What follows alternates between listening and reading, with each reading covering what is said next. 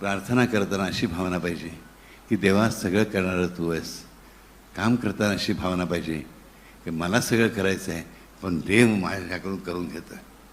आ लक्षामध्ये प्रार्थना करताना कशी भावना पाहिजे.